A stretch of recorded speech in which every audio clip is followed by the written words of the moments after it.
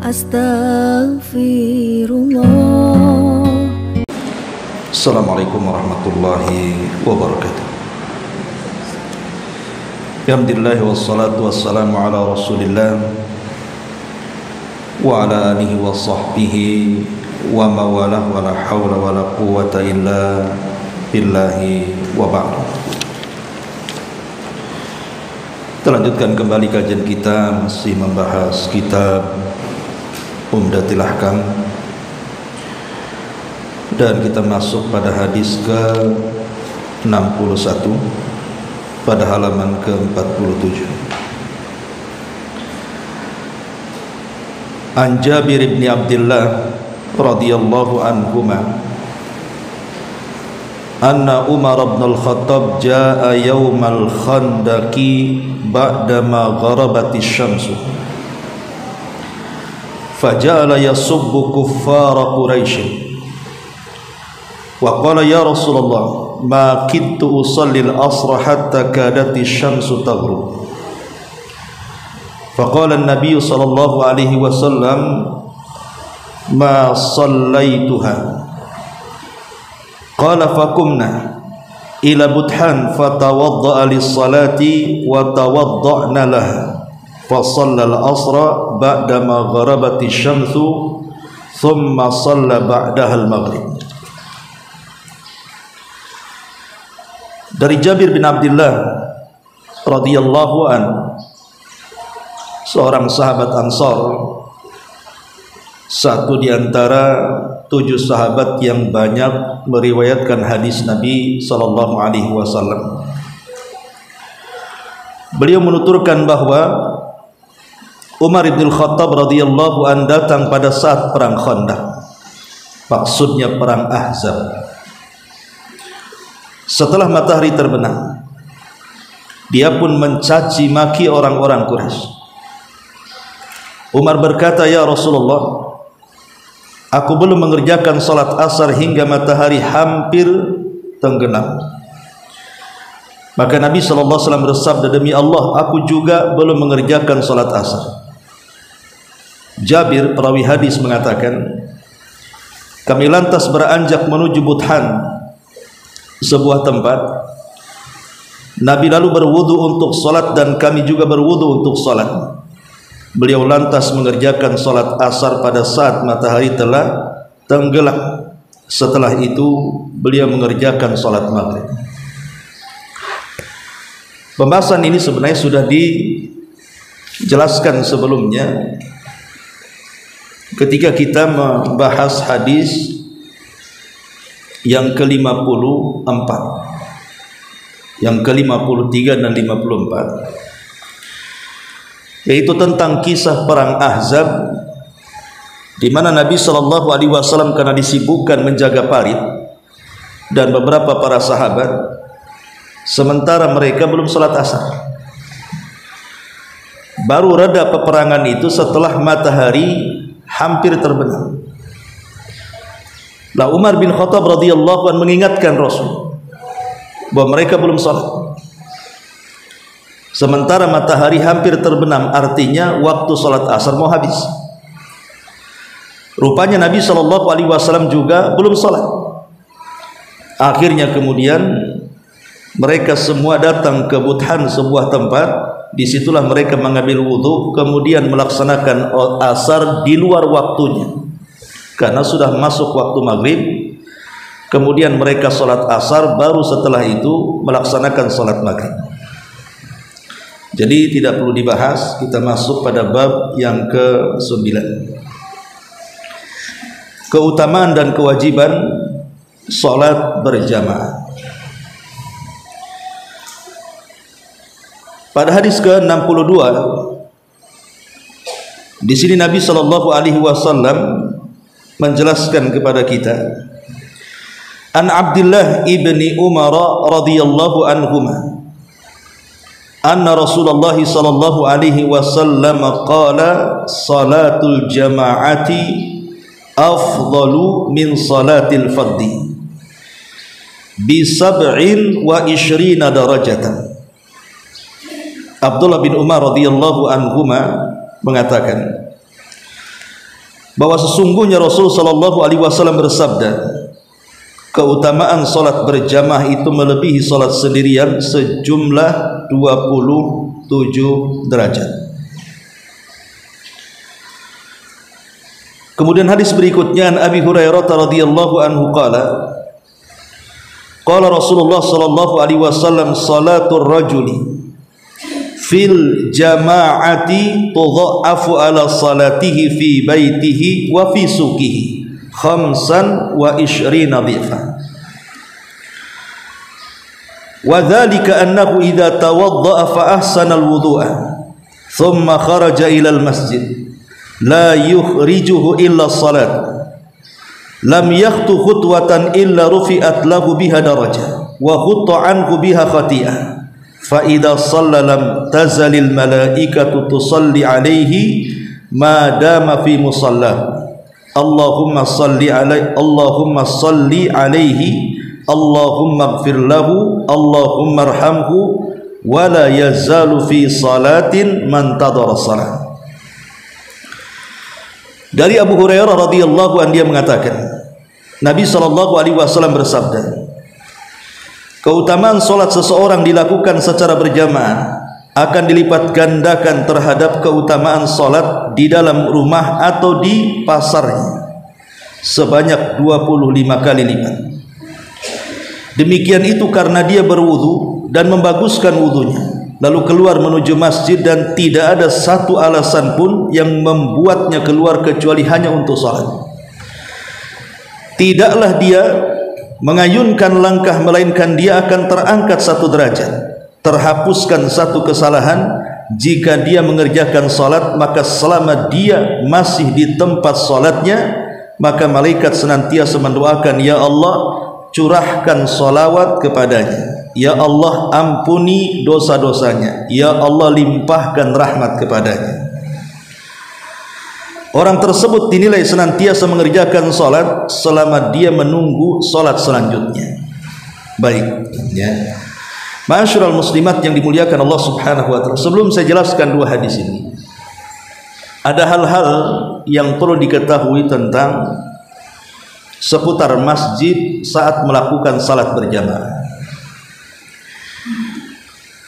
Pertama, adab untuk melangkahkan salat ke masjid.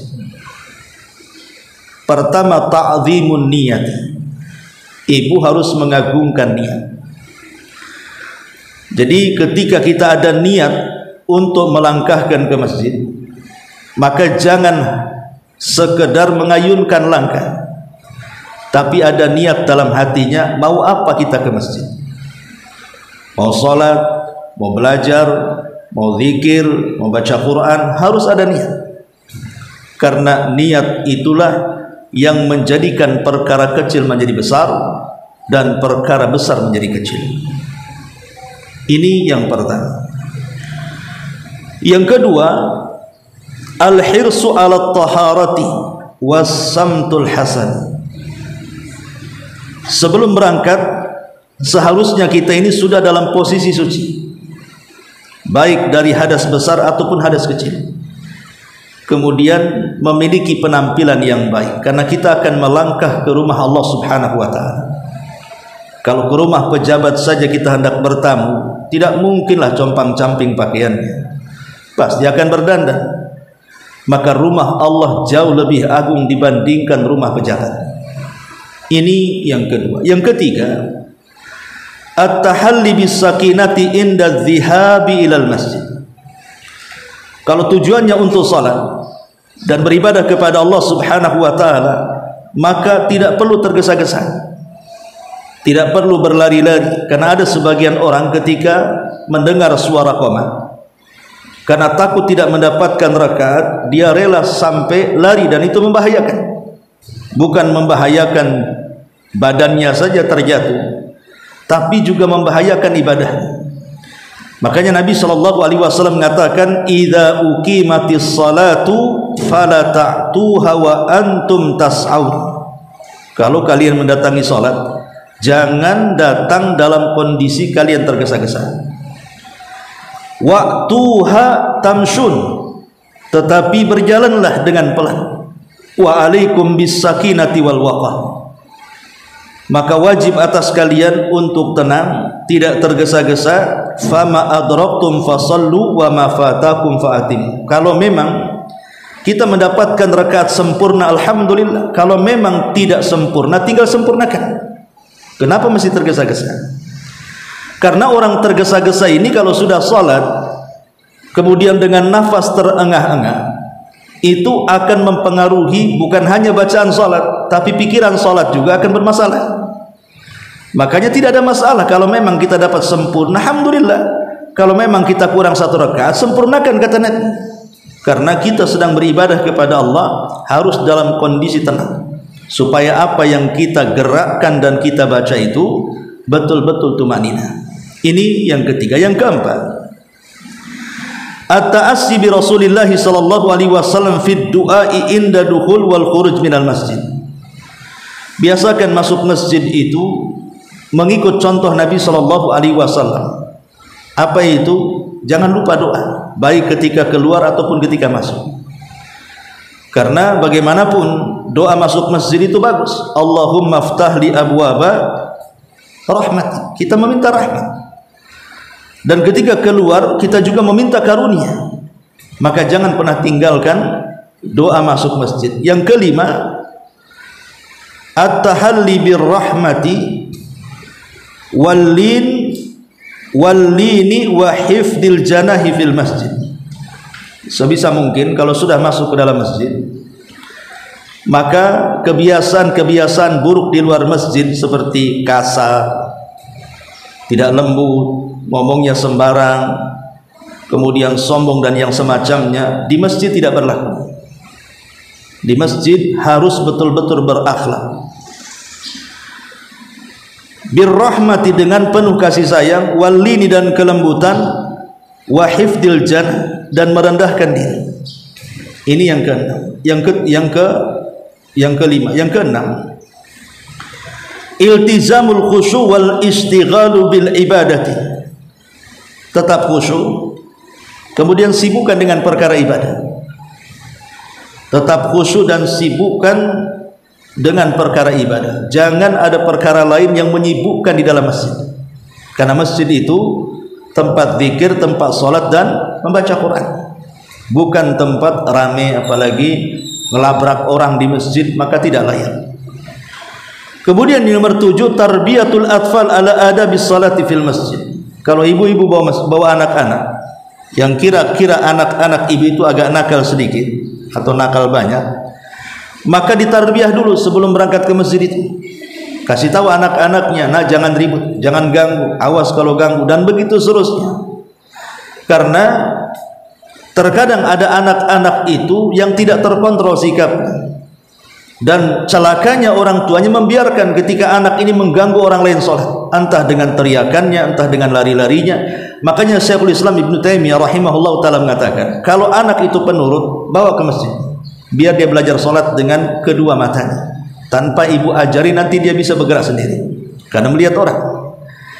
Tapi kalau sekiranya anak itu memang agak aktif, memadaratkan yang lain, sebaiknya tidak diajak ke masjid, karena akan mengganggu orang dan bisa melakukan yang diharamkan Allah Azza wa Jalla. Tarbiyah dulu di rumah, kalau sudah baik bawa ke masjid.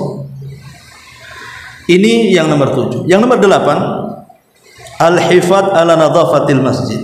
Jangan ngotor di masjid, bawa sampah ke masjid, ngaji sambil makan kacang, kulitnya berserak di mana-mana. Ibu yang ngotor, orang lain yang sibuk membersihkan. Karena bagaimanapun keutamaan membuang sampah dalam masjid itu sangat mulia, akan diangkat derajatnya di sorga. Jadi orang yang mengambil sampah itu memiliki kemuliaan. Maka orang yang membuang sampah ini sebuah kehinaan. Maka jangan ngotor di masjid. Kemudian yang nomor 8, mahabbatul muslimina wa du'a'u lahum. Karena masjid itu kan kita tidak sendiri, pasti ada kawan-kawan yang lainnya. Maka salinglah mencintai di antara kaum muslimin dan doakan mereka dengan kebaikan. Inilah di antara adab ketika kita melangkahkan ke masjid. Di sana ada adab dalam masjid, ini yang paling penting. Kalau ibu sudah masuk ke masjid atau siapapun yang ada dalam masjid, Pertama, assalamu alal musallina inda duhulil masjid. Ucapkan salam kalau ada kawan kayak sekarang ini ngaji kan, itu datang ya ucapkan salam kepada teman-temannya yang sudah duluan ada di masjid. Karena ada sebuah riwayat disebutkan dalam sebuah riwayat dari Abdullah ibn Mas'ud radhiyallahu anhu, dari Abdullah ibn Mas'ud radhiyallahu anhu atau Abdullah ibn Umar radhiyallahu anhuma, kharaja Rasulullah sallallahu alaihi wasallam ila Quba yusalli fi. Satu hari Rasul keluar untuk sholat di Masjid Quba. Karena Rasul itu suka datang ke Masjid Quba setiap hari Kamis. Untuk apa? Untuk sholat di situ. Dan sholat di Masjid Quba itu pahalanya sama dengan umrah. Makanya ibu kalau umrah kemudian ke Madinah, sempatkan sholat di Masjid Quba. Kemudian kata Nabi sallallahu alaihi wasallam, Faja'al ansar, ketika Rasulullah SAW salat, kemudian selesai salat, datang orang Ansar. Fasallimu alaihi wa huwa yusalli. Orang Ansar ini datang kepada Rasul, Rasul sedang salat, orang Ansar datang, mereka mengucapkan salam padahal Rasul sedang salat. Qala faqultu li Bilal. Kemudian Abdullah ibn Umar mengatakan, aku berkata kepada Bilal, kaifa ra'aita Rasulullah sallallahu alaihi wasallam yaruddu alaihim hina kanu yusallimun alaihi wa huwa yusalli. Maka Abdullah ibn Umar bertanya kepada Bilal, Bilal, kau kan ada di situ. Apa yang kau lihat ketika orang-orang Ansar mengucapkan salam kepada Rasul sementara Rasul sedang salat? Kira-kira bagaimana Rasul menjawabnya? Dia kan sedang salat. Maka Bilal bin Rabah radhiyallahu anhu mengatakan, hakadha wa basata kaffahu. Kata Bilal begini sambil membentangkan telapak tangannya. Jadi tidak ngomong waalaikumsalam, mengisyaratkan seperti ini. Karena kita sedang sholat, tidak boleh menjawab salam, cukup mengisyaratkan seperti ini. Lah menunjukkan bahwa para sahabat saat masuk ke Masjid Quba mereka mengucapkan salam dan Rasul menjawab dengan isyarat. Makanya kalau kita masuk ke dalam masjid dan di situ ada manusia, ucapkan salam kepada orang-orang yang dalam masjid. Yang kedua, salatu tahiyatil masjid. Di antara adabnya adalah kalau kita hendak salat berjamaah, kalau memang ada waktu, maka salatlah dalam rangka menghormati masjid yang disebut dengan salat tahiyatul masjid. Kemudian yang ketiga, adamul khuruj minal masjid ba'dal adzani illa liudhri. Kalau kita sudah di masjid, tiba-tiba terdengar suara adzan, maka dilarang seseorang itu untuk pulang kembali ke rumahnya kalau di masjid sudah dikumandangkan adzan, kecuali ada uzur yang memang mendesak, tidak bisa tidak, dia harus pulang. Tapi kalau tidak ada uzur, sementara muadzin sudah mengumandangkan adzan, maka kita tidak boleh keluar. Ini adab orang di dalam masjid. Kemudian kenapa demikian? Kenapa kita tidak boleh keluar? Karena ada larangan. Dahulu ada seseorang yang izin untuk pergi haji atau umrah, saya lupa, kepada Imam Malik, kepada Sa'id ibnul Musayyib. Sa'id ibnul Musayyib seorang pemimpin para tabi'in.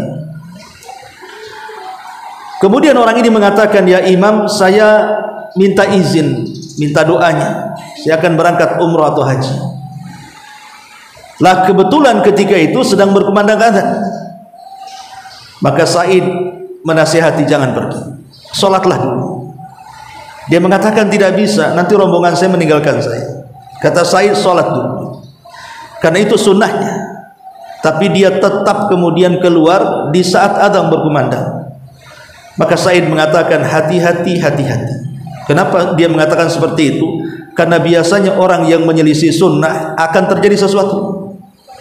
Rupanya betul ketika dia naik ke untanya kemudian berangkat, untanya terperosok, kemudian dia jatuh dan patah tulang. Kisah ini menunjukkan bahwa orang-orang yang menyelisih sunnah Nabi SAW, maka terkadang diperlihatkan bagaimana fitnah dan azab itu diturunkan secara kes kepada mereka. Itulah yang Allah katakan, falyahdharil ladzina yukhalifuna an amri an tusibahum fitnah aw yusibahum adzabun alim. Hati-hati terhadap perkara yang Allah dan Rasulnya telah perintahkan. Jangan diselisihi, kalau tidak akan ditimpa fitnah kepada mereka atau azab yang pedih. Ini yang ketiga. Yang keempat, adamul kalam bil batil fil masjid. Adamul kalam bil batil, jangan mengucapkan kalimat-kalimat kebatilan dalam masjid. Tidak boleh seseorang itu mengucapkan hal-hal yang tidak patut, tidak ada faedahnya di masjid. Seperti gibain orang di masjid. Apa nggak ada tempat lain gibain orang di masjid? Masjid bukan tempat gibah. Namimah di dalam masjid, dusta di dalam masjid, ngompori orang di dalam masjid. Maka perkara-perkara bahkan yang tidak ada faedahnya sekalipun, tidak haram tapi tidak ada faedahnya. Ngobrol sana kemari, ngalir ngeton, ngidul, apa itu bahasa Jawanya, pokoknya semua arah disebutkan. Lah ini nggak layak di masjid untuk tempat bicara hal-hal yang tidak faedahnya, apalagi yang diharamkan oleh Allah Subhanahu wa taala. Kenapa demikian? Karena Allah mengatakan fi buyutin adinallah an turfa, di rumah-rumah Allah tidak boleh seseorang itu mengangkat suara, maksudnya suara-suara kebatilan. Kalimat anturfa, kata Abdullah ibn Abbas, maksudnya anil lagwi fiha, ucapan-ucapan yang tidak ada faedahnya. Nyanyi-nyanyi di masjid, kadang aneh, nyanyi-nyanyi di masjid. Harusnya baca Quran, berzikir atau sholat, atau amalan-amalan yang ada faedahnya. Ini yang keempat. Yang kelima, ada musyah wa raf'us sauti bil masjid. Tidak boleh teriak-teriak, mengangkat-ngangkat suara di masjid, karena dikhawatirkan kalau ada orang yang sholat di sekitarnya akan mengganggu. Ngobrol-ngobrol, tapi tidak usah kemudian diangkat suaranya sampai orang yang sholat sunnah, orang yang baca Quran, orang yang sedang berzikir terganggu dengan obrolan kita. Ataupun boleh jadi ibu bawa handphone, harusnya kan kalau masuk masjid di silent lah atau dimatikan. Ini enggak. Terkadang ada karena kejahilannya, ketika dia sedang sholat sunnah, handphonenya kemudian berdering, dibiarkan saja sampai mengganggu orang yang lainnya. Harusnya kan diambil, dimatikan. Itulah terkadang benda-benda mubah ini menjadi haram gara-gara kita tidak pandai menggunakannya. Maka yang kelima, jangan teriak-teriak. Kemudian yang keenam, adamul ishtighali fil masjid bi umuri dunya. Tidak menyibukkan obrolan seputar dunia di masjid. Tidak usah cerita dunia di masjid itu. Masjid ini tempat akhirat. Kalau mau cerita dunia, pulang sana, ngobrol di rumah sana. Jadi masjid ini bukan tempat obrolan tentang dunia, ngobrol jual beli, masalah bisnis. Di masjid tidak usah. Semana usahanya, bajunya bagus, sudah datang barangnya, berapa harganya, itu bukan di masjid tempatnya. Obrolan itu di pasar sana. Maka masjid bukan pasar, jangan cerita soal dunia. Bahkan mengumumkan barang hilang di masjid saja tidak boleh. Pamannya ibu ngaji nih, dompet lupa, dicari nggak ada. Kemudian ibu ngomong sama pengurus, bisa nggak diumumkan di masjid ini dompet saya hilang di masjid? Nggak boleh. Bahkan kalau ada orang yang minta dicarikan barang hilang di masjid, kita doakan semoga tidak ketemu barangnya, karena masjid bukan untuk pengumuman itu. Dan hakikatnya nggak mungkin orang naruh di masjid hilang, karena orang yang masuk masjid itu semua orang baik, kecuali memang dia sengaja nyopet di situ kan. Ya bilang saja saya mencari barang, kalau sudah ketemu ya sudah. Kalau mau diumumkan di luar masjid. Ini yang keenam. Kemudian yang ketujuh, al-hadar minan naum. Hati-hati, jangan jadikan masjid itu tempat tidur. Ibu satu malam tidak tidur, kemudian ngaji, sengaja pindah ranjang tuh namanya. Ya ibu tidur di pengajian akhirnya kan. Memang paling cepat sih ngantuk di pengajian itu. Tapi kalau sudah selesai ngaji, ngobrol, hilang pula ngantuknya. Itu setannya lari. Lah ini Masjid ini bukan untuk tempat tidur. Tidur di masjid tidak dilarang. Tetapi bukan berarti kemudian menjadikan sebuah kebiasaan datang ke masjid hanya untuk tidur. Maka sebaiknya seseorang itu hindari tidur. Makanya ada hadis Nabi, idza na'isa ahadukum wa huwa fil masjid falyatahawwal min majlisihi dzalik ila ghairi. Kalau ibu duduk di sana nih umpamanya baca Quran, ngantuk, ganti tempat, ganti posisi, jangan di situ terus, kata Nabi. Kalau salah seorang di antara kalian ngantuk, jangan di satu posisi, pindah ke posisi yang lain. Umpamanya ibu bersandar ngantuk, cari tempat yang tidak ada sandar, atau cepat ambil wudhu, dan begitu seterusnya. Ini menunjukkan apa? Masjid ini bukan tujuan tidur. Kalau tertidur boleh saja karena kecapean dan begitu seterusnya. Kemudian yang nomor 8, taswiyatus sufuf wal i'tina'u biha. Seseorang kalau sudah masuk pada saf ketika salat berjamaah, maka perhatikan safnya. Dan ibu harus betul-betul memperhatikan kelurusan dan kerapatan safnya. Bukankah seorang imam apabila menjadi imam, apa instruksinya? Sawu sufufakum fa inna taswiyatas sufuf min tamamis shalah, kata imam. Jadi ibu gini bu, kalau ibu punya kawan kemudian di samping ibu tidak mau merapatkan shaf, ibu cukup ngomong, nggak dengar apa kata imam, itu saja. Emangnya apa? Apa kata imam? Kamu mau ikut imam atau enggak? Kata imam rapatkan, ini bukan kata saya loh, Pak Imam yang ngomong. Gitu saja. Berarti tadi nggak dengar imam ngomong, budek ya. Rapatkan saf kata imam, luruskan saf, itu imam yang nyuruh. Jadi gitu saja. Jadi merapatkan saf, meluruskan saf itu sebenarnya bukan imam yang menyuruh, memang harus seperti itu. Cuman imam ini hanya mengingatkan supaya kita merapatkan saf ketika salat berjamaah. Makanya Nabi SAW mengatakan sawu sufufakum fa inna taswiyatas saffi min tamamis salati, rawahu Muslim. Luruskan saf-saf kalian, rapatkan saf-saf kalian, karena lurus dan rapatnya saf itu termasuk dari kesempurnaan salat. Dalam hadis yang lain, istawu wa la takhtalifu fatakhtalifu qulubukum. Lurus, rapat, jangan berselisih. Karena kalau kalian tidak lurus dan tidak rapat, boleh jadi Allah akan membuat hati-hati kalian bercerai-berai.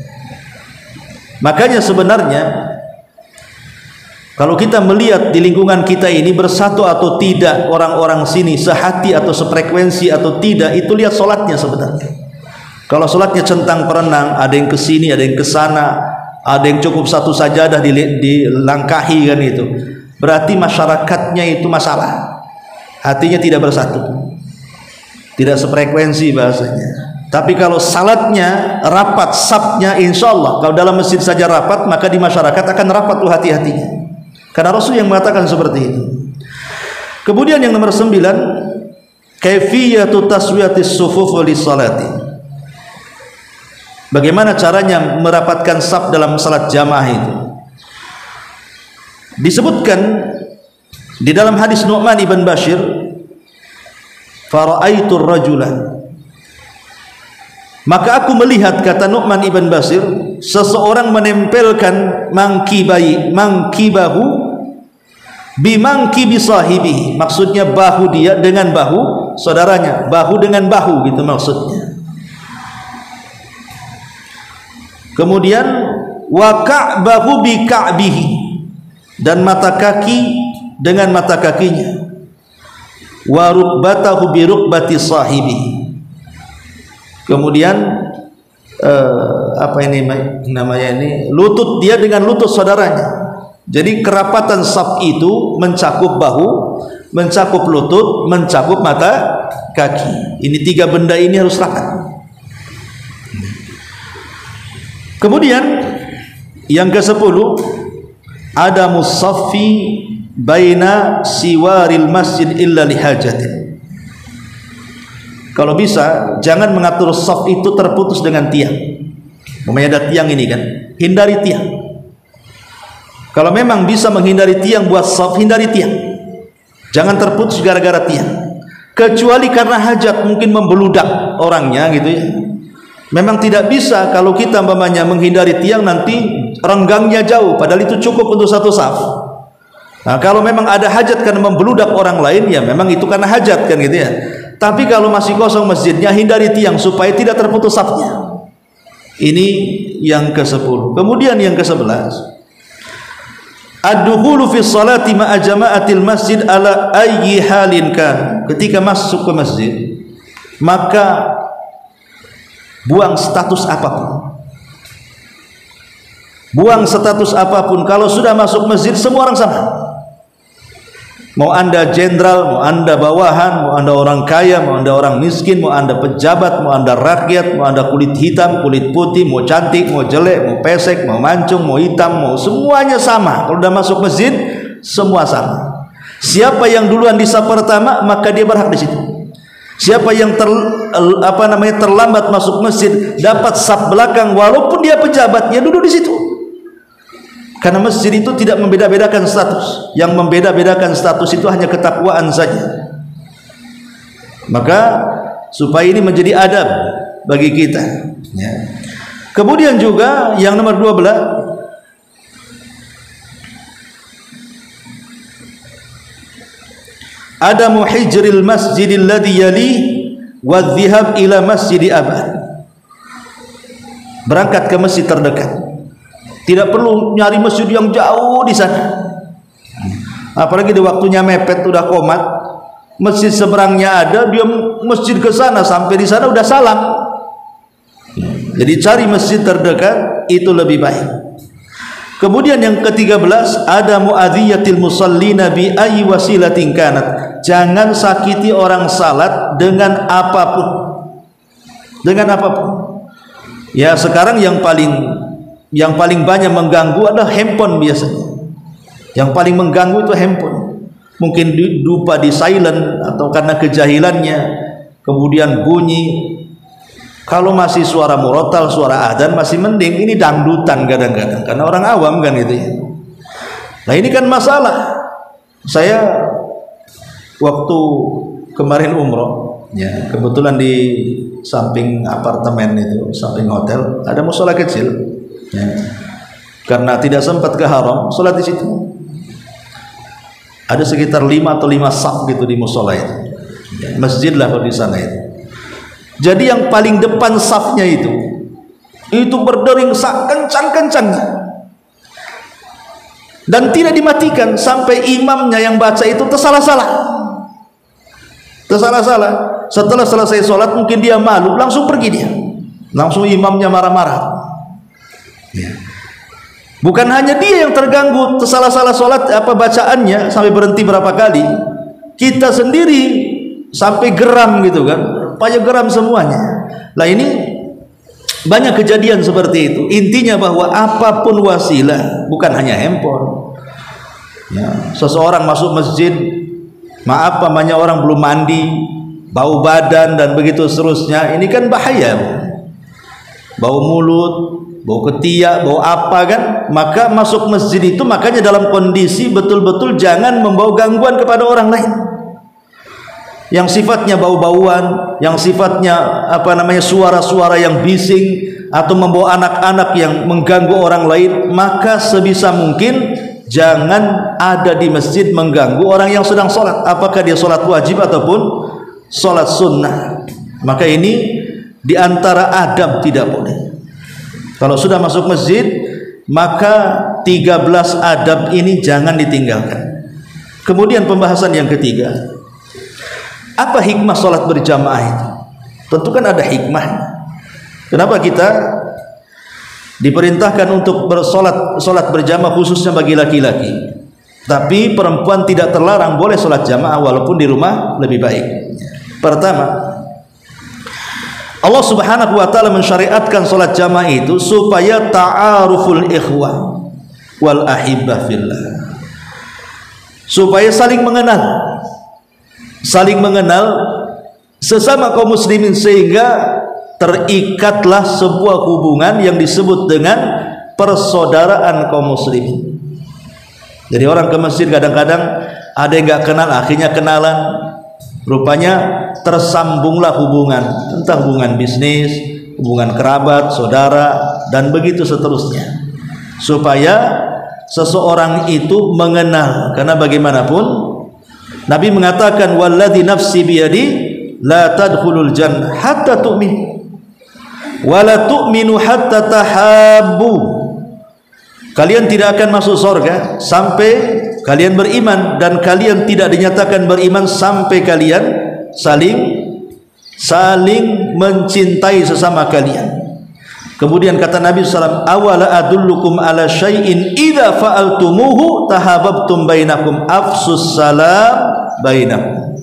Kata Nabi, maukah aku kabarkan kepada kalian sesuatu yang bisa kalian merekatkan hubungan rasa sayang sesama kaum muslimin? Sebarkan salam.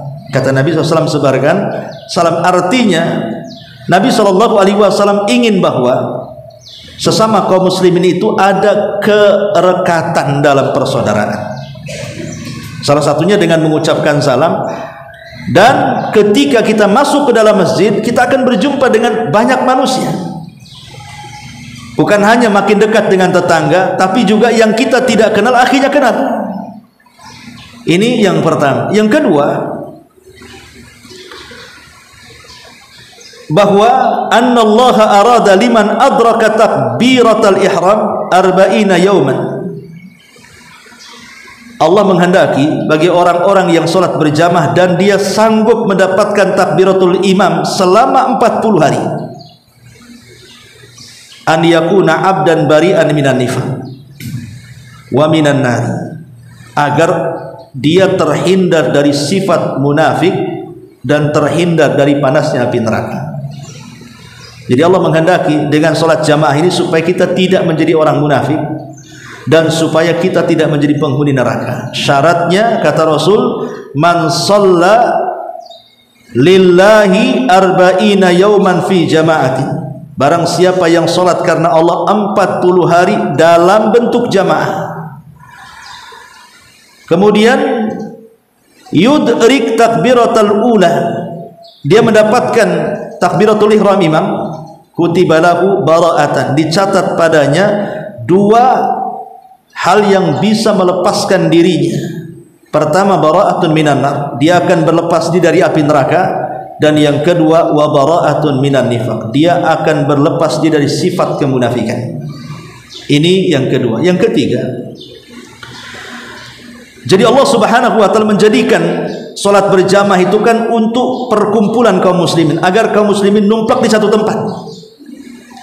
Lah dari situlah kemudian tercipta ta'lifu qulubihim, kelembutan hati sesama mereka. Karena boleh jadi setelah kenalan, rupanya si anu itu orang nganggur, kasihan juga. Betul dikasih kerjaan. Oh si anu rupanya orang susah, orang miskin, anak yatim, begitu. Akhirnya kan sesama mereka saling tak kenal atau kasih informasi jadinya kan. Kalau saya mau sedekah sama siapa, oh ini kan ada jemaah kita yang susah, kita kan sering ketemu di masjid, bantu dia. Akhirnya apa? Terhubunglah hati kita dengan hati mereka yang tadinya bingung mau sedekah kemana, mau bantu siapa. Ketika masuk ke dalam masjid, informasi terbuka semua di situ. Akhirnya terciptalah hati-hati sesama kaum muslimin, muncul kelembutan untuk berbuat baik sesama mereka. Ma'asyiral muslimat yang dimuliakan Allah Subhanahu wa taala. Kemudian yang nomor 4, Allah menjadikan salat jamaah ini bagian daripada syiar dari syiar-syiar Allah Subhanahu wa taala, dan syiar ini adalah bentuk takwa. Ketika kita berusaha untuk mengagungkan syiar Allah, menampakkan syiar Allah, maka Allah mengatakan dzalika wa man yu'azzim sya'airallah fa innaha min taqwal qulub. Siapapun yang hendak mengagungkan syiar-syiar Allah, maka itu bagian daripada ketakwaan dalam hatinya. Maka ketika Allah mensyariatkan salat berjamaah, itu adalah bentuk syiar yang harus disyiarkan, dan itu bagian daripada alamat ketakwaan seseorang kepada Allah Subhanahu wa taala. Kemudian yang kelima, sababan li tauhidil muslimin. Sababan li tauhidil muslimin. Salat jamaah ini satu sebab yang sangat besar untuk menyatukan kaum muslimin. Untuk menyatukan kaum muslimin, sehingga dengan bersatunya kaum muslimin maka akan memupuk kekuatan kaum muslimin. Karena musuh-musuh Islam, mereka takut ketika kaum muslimin bersatu, menampakkan kekuatan mereka di masjid. Ingat akhir zaman ketika Imam Mahdi al-Muntadhar menyerang pasukan Dajjal bersama Isa bin Maryam. Itu dilakukan setelah melaksanakan sholat subuh. Jadi mereka sholat subuh berjamaah, diimami oleh Al-Mahdi dan Isa di belakangnya, dan kaum muslimin yang ada di Bukit Tur. Setelah itu mereka baru turun gunung, kemudian berperang melawan Dajjal dan berhasil membunuh Dajjal, dan berhasil melumpuhkan pasukan Yahudi, sampai mereka orang-orang Yahudi sembunyi di batu. Batu bisa bicara, hei muslim, orang Yahudi di belakang, bunuh dia. Ada Yahudi kemudian sembunyi di lubang-lubang pula bisa bicara. Semua yang tempat sembunyinya Yahudi bisa bicara, kecuali satu pohon, kata Rasul, pohon Gharqad yang kemarin kebakaran di Istri Wilson. Ini yang ke-6. Yang ke-7, yang ke-6, yang kelima, sebab tauhidul muslimin, dan itu bentuk kekuatan kaum muslimin dan bentuk kemenangan kaum muslimin. Kemudian yang ke-6, menjadikan dengkinya orang-orang kafir kepada kita. Jadi orang-orang kafir makin dengki dalam hati mereka ketika melihat kaum muslimin bersatu. Kemudian yang nomor 7, bahwa salat jamaah ini adalah tahdzibun li nafsi wa tarbiyatuha, bentuk membersihkan jiwa dan mentarbiah jiwa. Kenapa demikian? Karena orang yang masuk masjid itu yang disaksikan adalah orang baca Quran, orang berzikir, orang sholat, dan itu menunjukkan apa? Ziyadatul iman. Orang masuk masjid itu rata-rata imannya tambah. Beda kalau masuk pasar kan, turun imannya. Tapi kalau orang masuk masjid, imannya tumbuh. Iman di mana? Di hati. Hatinya akan bertambah keimanannya. Makanya ketika kita sholat berjamaah, hati kita akan dipenuhi dengan kebersihan iman. Ini yang ke-7. Yang ke-8, Allah menjadikan sholat berjamaah ini sababan limahwil khataya wa raf'i darajat, sebab menggugurkan kesalahan-kesalahan dan mengangkat derajat. Karena setiap langkah ibu bapak dari rumah ke masjid itu, setiap langkahnya menghapus dosa dan setiap langkahnya mengangkat derajat.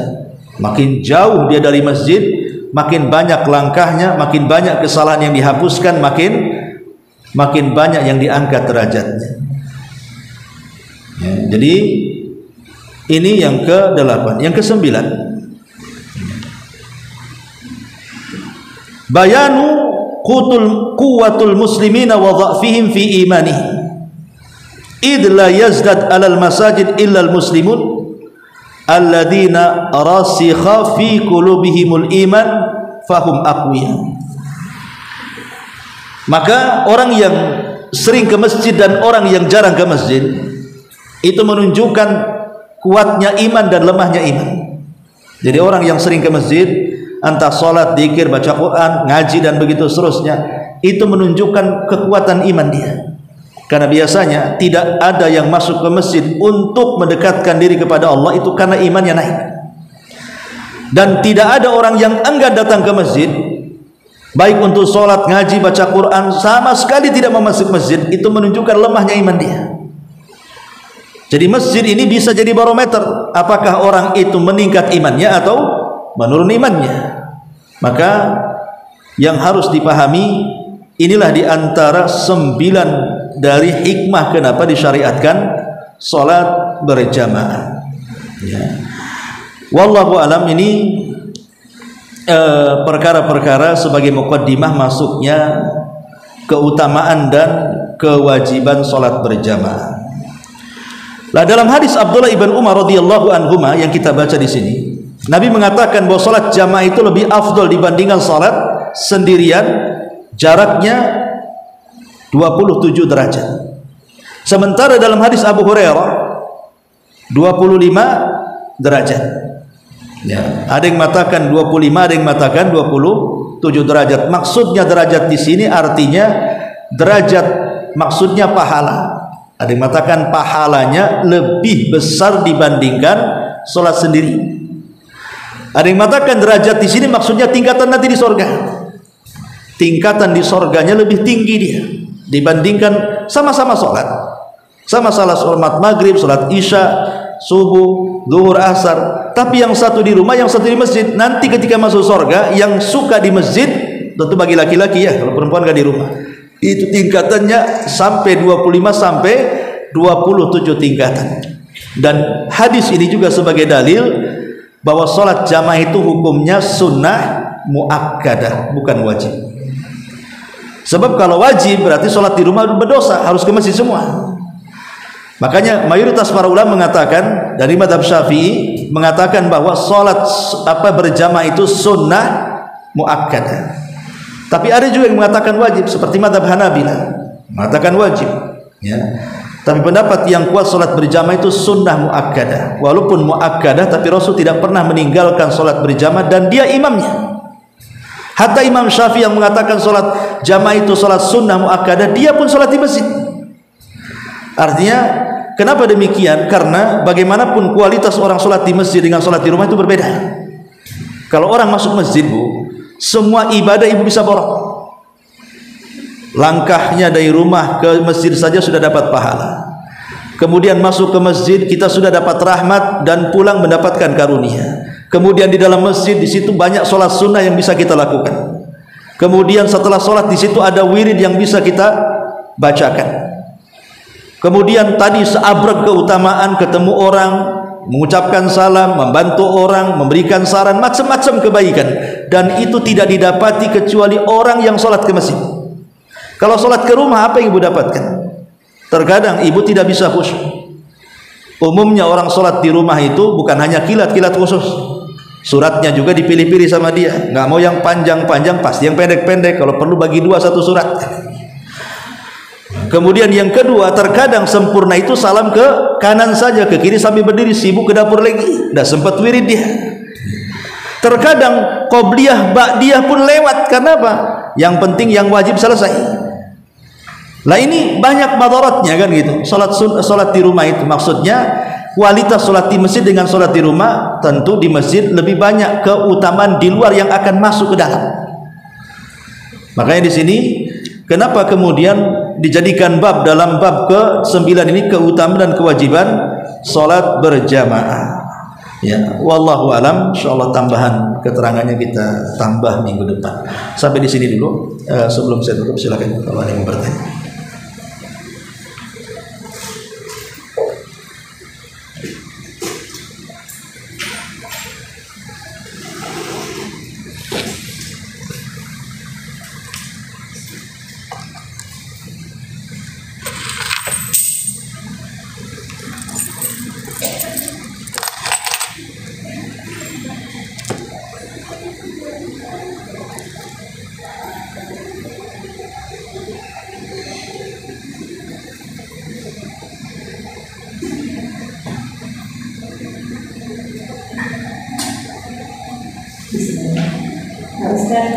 Boleh saya nanya yang minggu kemarin? Gimana? Yang sholat subuh itu, kan kata Pak Ustaz, saya itu sholat sebelum subuh itu antara azan dan qomat. Itu sholat fajar, sunnah fajar. Bukan sholat sunnah sebelum subuh. Iya. Ibu tanya sholat sunnah apa? Iya, sebelum subuh ini bisa tahajud, bisa witir, bisa 2 rakaat fajar. Dibedakan. Kalau tahajud dan witir itu dilakukan sebelum azan. Kalau sholat sunnah fajar yang pahalanya besar bagaikan dunia dan isinya, itu dilakukan setelah azan, sebelum qomat. Iya, saya di kan kalau di masjid ya. Enggak, di rumah bisa. Di rumah juga. Iya, kan ibu-ibu kan sholat di rumah. Iya, maksud saya gini loh. Kan kalau tadi kan antara azan dan qomat ya, berarti kadang-kadang gitu. Umpamanya saya di rumah, bangunnya orang udah Agak telat. Sholat gitu ya. Tapi saya sholat dulu gitu. Boleh, selama waktunya cukup. Iya, fatwa para ulama Syekh bin Baz, Syekh Utsaimin membolehkan selama waktunya cukup. Kalau waktunya tidak cukup, jangan bersikeras mendahulukan yang sunnah, melalaikan yang wajib. Tapi kalau waktunya cukup, umpamanya di masjid sudah selesai sholat, ibu terbangun, ya. Kalaupun ibu sholat umpamanya 2 rakaat fajar dengan 2 rakaat subuh masih panjang, lakukan, karena masih ada waktu untuk menggabungkan 2 sholat. Tapi kalau waktunya sempit, jangan. Ibu bangun mau dekat syuruk, kemudian ibu bela-belain 2 rakaat sunnah, ketika sholat subuh masuk waktu syuruk. Ini kan orang tidak berakal namanya. Masa mendahulukan yang sunnah meninggalkan yang wajib? Makanya lihat waktunya, lihat waktunya. Kalau mepet jangan. Tapi kalau masih memungkinkan, maka itu lebih baik lakukan 1 dayung 2 sholat terlewati. Wallahu a'lam. Oh ya, ini sudah setengah 10 lah, takut saya terlambat ke Batam Center. Subhanallah wa bihamdika asyhadu an la ilaha illa anta astaghfiruka wa atubu